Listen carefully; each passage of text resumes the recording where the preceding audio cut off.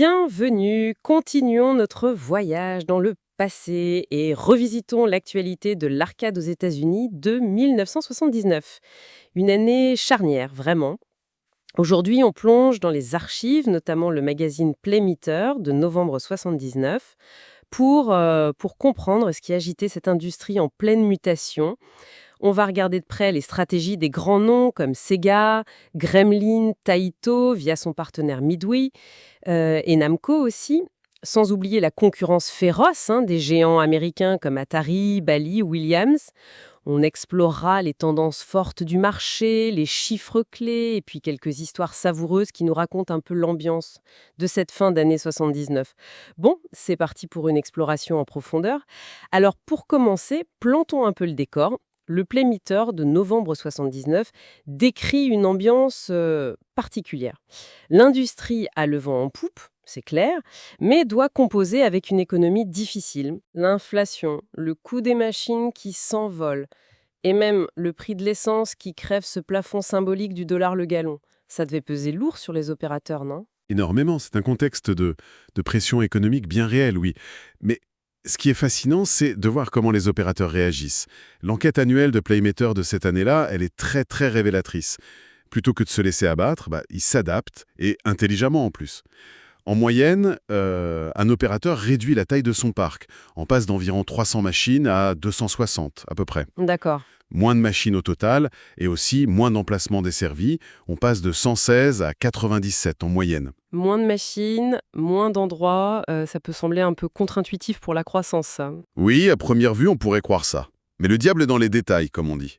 Le nombre moyen de machines par emplacement, lui, il augmente légèrement, de 256 à 269. C'est une stratégie claire, lui. Face à l'augmentation des coûts, notamment le carburant, qui rend chaque tournée de maintenance ou de collecte plus chère, les opérateurs lâchent les emplacements moins rentables pour se concentrer sur ceux qui rapportent vraiment. Ils optimisent, ils rationalisent, quoi. Hmm. Et apparemment, cette stratégie semble fonctionner, parce que malgré cette réduction de la taille globale du parc, les revenus moyens par opérateur, eux, ils augmentent. Ah oui.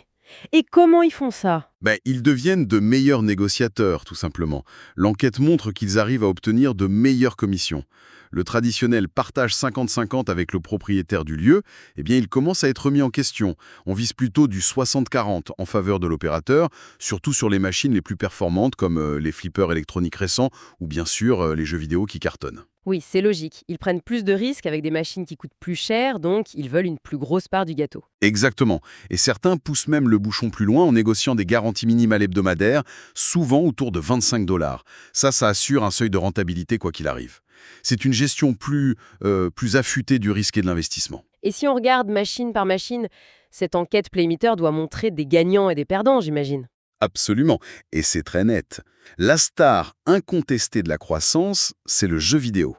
Le revenu hebdomadaire moyen par machine, il explose de 28%. Il passe de 50 à 64 $. C'est énorme pour l'époque. Ah oui, quand même, hein. Le flipper, lui, reste une valeur très sûre. Il ne connaît pas la même explosion, mais il progresse solidement, de 62 à 65 $. Il rapporte toujours très très bien. Même le billard se défend plutôt bien, avec une petite hausse de 53 à 57 $. Donc vidéo en flèche, flipper solide. Qu'est-ce qui souffre alors? Principalement deux catégories. Le baby-foot, le foosball comme ils disent là-bas, il accuse une baisse assez significative, de 41 à 31 $ par semaine. Ouch. Aïe. Les jeux muraux, ces petits jeux souvent électroniques fixés au mur, baissent aussi de 34 à 29 $. Et puis, il y a le cas du jukebox. Autrefois, la machine reine des revenus, il continue son lent déclin relatif. Même s'il gagne un petit dollar pour atteindre 54 $ par semaine, il se fait dépasser. Il tombe à la 4e place des revenus, derrière le flipper, le jeu vidéo qui vient d'arriver et le billard. Incroyable. Et ce désintérêt pour le jukebox, on le voit dans les intentions d'achat. Plus d'un tiers des opérateurs, 36% exactement, disent acheter moins de jukebox qu'en 1978. À l'inverse, près de 70% achètent plus de jeux, flippers et vidéos confondus. Les capitaux se déplacent, c'est clair. Fait marquant, 22% des opérateurs interrogés n'ont même plus un seul jukebox en exploitation. C'est un vrai changement structurel là. C'est un paysage économique et stratégique en pleine redéfinition. Bon, maintenant, plongeons au cœur de la compétition. Qui tire son épingle du jeu? Impossible de commencer sans parler du phénomène de l'année. Taito et son partenaire américain Midway, Space Invaders. Ah, Space Invaders. C'est l'histoire incroyable de l'année, ça. L'année précédente, en 78, Midway l'avait présenté assez discrètement à l'AMOA, le grand salon pro. Apparemment, peu de gens y avaient prêté attention sur le coup. Et puis, Et puis, une fois dans les bars, les pizzerias, les salles d'arcade, ce fut un raz-de-marée absolu. au point qu'en novembre 79, Playmater le classe numéro 1 incontesté des jeux vidéo, selon les opérateurs. Et ça rejaillit sur Midway, j'imagine. Carrément, le succès est tel que Midway détrône Atari comme fabricant de jeux vidéo préféré des opérateurs. Ça, c'est un séisme dans le milieu. Waouh. Du coup, Midway capitalise à fond et présente d'ailleurs d'autres titres à la MOA 79, Phantom E, Submarine, 18 Wheeler. Mais Space Invaders est tellement partout que Playmater publie même des astuces techniques pour les opérateurs qui sont débordés. Des astuces techniques? Comme quoi, par exemple? Par exemple, des problèmes de surchauffe de l'alimentation électrique qui étaient fréquents, vu le nombre de machines qui tournaient non-stop jour et nuit. Le conseil dans le magazine, c'était installer un petit ventilateur ou, si la borne n'est pas collée au mur, vous pouvez simplement inverser la position de la carte d'alimentation pour améliorer le flux d'air. Tout bête, mais fallait y penser. Malin. Il y avait aussi une autre astuce pour shunter l'interrupteur principal sur le dessus de la borne. Apparemment, des petits malins s'amusaient à éteindre et rallumer le jeu en pleine partie. Des problèmes de riches en quelque sorte pour Midway et les opérateurs. Incroyable ces détails. Parlons maintenant de ces gars, alliés à Gremlin à cette époque. Où est-ce qu'ils se situent dans ce paysage? Alors Gremlin, ils restent les rois des jeux muraux. Ils sont plébiscités par 70% des opérateurs, même si on a vu que la catégorie déclinait un peu. Mais surtout, leur jeu vidéo add-on, c'était un jeu de labyrinthe assez novateur pour l'époque, il se classe très bien. 5e jeu vidéo le plus rentable. Pas mal. Donc le partenariat Sega-Gremlin, c'est une force visible sur le marché, c'est clair. Et la concurrence est si rude que ça donne lieu à des situations un peu tendues. Playmater rapporte par exemple qu'Exidy a dû cesser la production de son jeu Crash. Ah oui? Pourquoi? Ma liaison officielle n'est pas donnée noir sur blanc, mais on peut supposer une ressemblance jugée trop forte avec Head-On par Sega Gremlin, ou peut-être un accord commercial pour éviter un conflit juridique, difficile à dire. Mais ça montre bien les enjeux autour de la propriété intellectuelle, ou simplement la lutte pour les parts de marché qui s'intensifiait déjà beaucoup. Cette histoire avec Exidy suggère que les litiges ou les accords en coulisses devenaient déjà monnaie courante. Absolument. Avec les enjeux financiers qui grimpaient en flèche, notamment dans le jeu vidéo, la protection des concepts et des parts de marché devenait cruciale. Les entreprises commençaient à défendre leurs précarés de manière plus agressive, que ce soit par des accords ou potentiellement par des actions en justice, oui. D'accord. Et quid de Namco, l'autre grand nom japonais? On sait ce qu'il faisait? Namco est bien là, très présent. La liste des exposants de la MOA 79 leur attribue un stand assez imposant, plusieurs numéros même. C'est un signe clair de leurs ambitions sur le marché américain. Ils invitent les visiteurs à découvrir leurs nouveautés. Même si Playmater ne détaille pas précisément les jeux qu'ils mettent en avant, à ce moment-là, leur présence confirme l'offensive japonaise sur le marché US. Et ça, ce n'était que le début. Donc Taito, Midway et Sega Gremlin très actifs, Namco en embuscade, et les géants américains dans tout ça. Atari, Bally, Williams, Stern, Gottlieb. Il ne reste pas les bras croisés, j'imagine. Ah non, loin de là. La bataille fait rage, en particulier sur le marché toujours très lucratif du flipper. Williams frappe un grand coup, avec Flash, qui prend la première place du classement des flippers les plus rentables. Chapeau. Ok. Des Bally. Bally, c'est une véritable machine de guerre à cette époque. Ils inondent littéralement le top 20. Playboy est 2e, Kiss 4e, Paragon 5e, Lost World 6e, Matahari 8e, 8-Ball 9e, la liste continue. Supersonic 11e, Star Trek 12e. C'est une démonstration de force impressionnante. Leur stratégie de miser sur des licences très populaires comme Playboy ou le groupe Kiss, ça payait massivement, on dirait. Clairement. C'est la preuve que le marketing et le choix des thèmes devenaient aussi importants que la technique elle-même. Atari n'est pas en reste. Il place Superman en 3e position et Middle-earth, inspiré du Seigneur des Anneaux, en 13e. Gottlieb place aussi de nombreux titres, comme Charlie's Angel, 10e, ou Sinbad, 14e, Countdown, Solar Ride, Close Encounters. Stern Electronics est là aussi, avec Dracula 17e et Hotan 20e. La compétition est absolument féroce. Et pas seulement sur les jeux déjà sortis. L'AMOA 79, ça devait être un feu d'artifice de nouveautés, alors? Exactement. Atari dégaine Asteroid avec sa nouvelle technologie d'affichage vectoriel Quadrascan. Ça, c'était assez révolutionnaire, ça permettait des graphismes très fins, très différents des pixels carrés habituels. Ah oui, les graphismes vectoriels. C'est ça. Ils sortent aussi une version améliorée de leur jeu football, une version équipe et un jeu de soccer. Bally, eux, continuent sur leur lancée des licences avec Dolly Parton et les Harlem Globetrotters. Gottlieb répond avec Buck Rogers et l'incroyable Hulk. Stern présente Meteor. C'est la surenchère, notamment autour des licences de la pop culture. Ça devient la guerre. Et sur le plan technique, au-delà du Quadrascan d'Atari, qui était une grosse nouveauté, y a-t-il d'autres évolutions notables, notamment dans le flipper? Oui, l'électronique progresse vite. Bally et Stern intègrent mieux la mémoire dans leur flipper.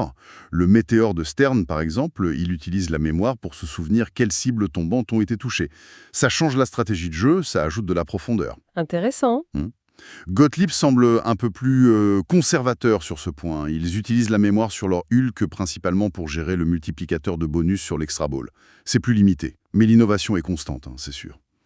D'ailleurs, on voit aussi l'importance croissante du marketing pur. Carol Cantor, qui était une figure importante du marketing chez Atari, elle part fonder sa propre agence de promotion spécialisée dans l'arcade. C'est un signe que l'industrie se professionnalise aussi sur ce plan-là. Et tout ce remue-ménage, ce n'est pas réservé qu'aux géants établis, si j'ai bien compris. Il y a aussi de nouveaux acteurs qui émergent et qui bousculent un peu tout ça. Tout à fait. Et c'est ça qui rend l'époque si passionnante. Prends Gameplan, par exemple. C'était un nouveau venu, et leur tout premier flipper conventionnel, Sharpshooter, il cartonne direct et se classe 6e meilleur flipper du moment. C'est un exploit pour un débutant. Ah oui, impressionnant. Et du coup, fort de ce succès, il présente à la MOA 3 nouveaux jeux. Coney Island, Supernova et même un flipper format table cocktail nommé Vegas. Ils affirment haut et fort vouloir s'installer durablement. Ils ne sont pas là pour rigoler. Chapeau. D'autres exemples de ces nouveaux venus? Exidy aussi est en pleine croissance. Malgré l'arrêt forcé de Crash dont on a parlé, leur jeu Starfire est 3e au classement vidéo. C'est énorme. Et ils lancent Fire One, leur premier jeu en couleur, c'était encore une nouveauté majeure à l'époque, ainsi qu'un autre jeu, Sidetruck. Leur succès est tel qu'ils annoncent une distribution directe en Europe. Ça montre la vitalité et l'expansion du secteur. Et il y a aussi Cinematronics, déjà connu pour ses jeux vectoriels comme Space Wars, 4e, et Starhawk, 9e. Eux, ils présentent Sundance et le très original Warriors. Ces petits acteurs apportent vraiment de nouvelles idées et bousculent les lignes établies. On voit donc une industrie super dynamique, pleine de compétition, d'innovation. Et le salon à moi lui-même, il reflète cette évolution. Oui, Playmeter souligne bien que la MOA n'est plus juste une foire aux machines où on vient acheter et vendre. C'est devenu une vraie convention, avec des séminaires pour les opérateurs. Ah, sur quel thème par exemple? Des thèmes très pragmatiques. Comment économiser du carburant pour les tournées? On revient au prix de l'essence. Comment mieux déléguer les tâches dans son entreprise? On sent une vraie prise de conscience de la nécessité d'une gestion plus rigoureuse, plus professionnelle. Et déjà, on parle du prochain grand rendez-vous, le salon de l'IAPA à la Nouvelle-Orléans. L'industrie ne s'arrête jamais. Au-delà des jeux et des stratégies commerciales, quelles sont les grandes préoccupations des opérateurs qui ressortent de Playmeter à cette époque? Les sujets qui fâchent peut-être? Oui, il y en a. 2 sujets reviennent beaucoup dans les colonnes du magazine. Le premier, c'est une bataille juridique acharnée contre le Copyright Royalty Tribunal, le CRT. C'est l'organisme fédéral chargé de collecter et distribuer les redevances de droits d'auteur, notamment pour la musique jouée par les jukebox. D'accord. Et le problème, c'était quoi? Le CRT exigeait que les opérateurs fournissent la liste complète et détaillée de tous leurs emplacements de jukebox. Et les opérateurs refusaient. Pourquoi donc? Mais ils considéraient ces listes comme le cœur même de leur secret commercial. C'était vital pour eux. Wayne Hersh, le président sortant de l'AMOA, l'explique très bien dans une interview. Livrer ces listes, c'était comme donner à ses concurrents une feuille de route pour aller démarcher ses propres clients. Ah oui, je comprends. La crainte était immense. L'AMOA finançait cette bataille juridique, mais l'article mentionne qu'ils peinaient un peu à récolter les fonds nécessaires auprès de leurs membres. C'était un sujet brûlant.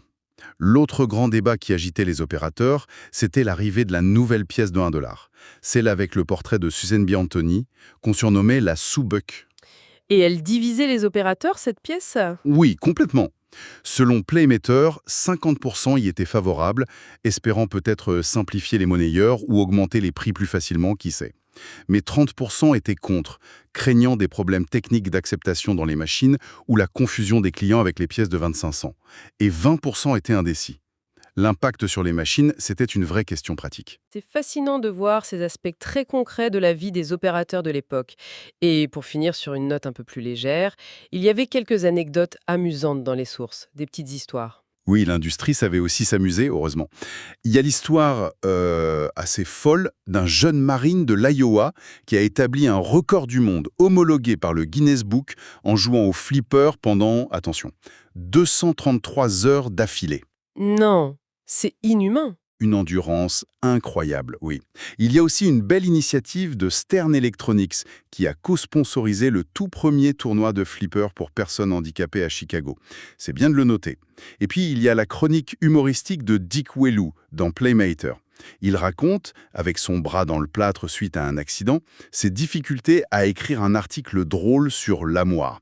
Et pour ça, il interviewe des opérateurs locaux un peu caricaturaux. Ça donne une couleur locale sympa à l'époque. On a donc un tableau très très riche pour cette fin d'année 1979. Une industrie en pleine effervescence, commis. Le jeu vidéo explose littéralement avec Space Invaders, mais le flipper résiste superbement bien. Il continue d'innover. Des opérateurs sous pression économique, mais qui s'adaptent, qui deviennent plus stratégiques, plus gestionnaires, une concurrence féroce entre les anciens et les nouveaux venus, et une technologie qui avance à grands pas. C'est ça le résumé. C'est tout à fait ça. Ce qui est frappant, au-delà des succès individuels de tel ou tel jeu, c'est vraiment ce sentiment de transformation profonde. L'électronique devient la norme partout, les coûts augmentent, ce qui oblige tout le monde à être plus professionnel, plus carré. L'éditorial de Playmeter utilise d'ailleurs une expression intéressante. Il parle d'un âge de raison pour décrire ce vers quoi l'industrie semble tendre. Un âge de raison. C'est une conclusion intéressante, ça. Oui, et on peut se demander si cette période, avec ses défis, oui, mais aussi son incroyable dynamisme, n'est pas justement le creuset où se forgent les bases de l'industrie des années 80. Une industrie qui deviendra peut-être plus structurée, plus dominée par de très gros acteurs, mais qui doit énormément à cette période de transition intense. Ces opérateurs qui optimisent leurs tournées pour économiser de l'essence, ces fabricants qui se battent à coups de licence et d'innovation technique, y préparent, sans forcément le savoir complètement, la décennie dorée de l'arcade qui arrive juste après. C'est une piste de réflexion à garder en tête, je trouve. Une réflexion passionnante pour conclure, effectivement. Merci beaucoup de nous avoir guidés dans cette exploration détaillée de l'arcade américaine en 1979. À très bientôt pour une nouvelle analyse.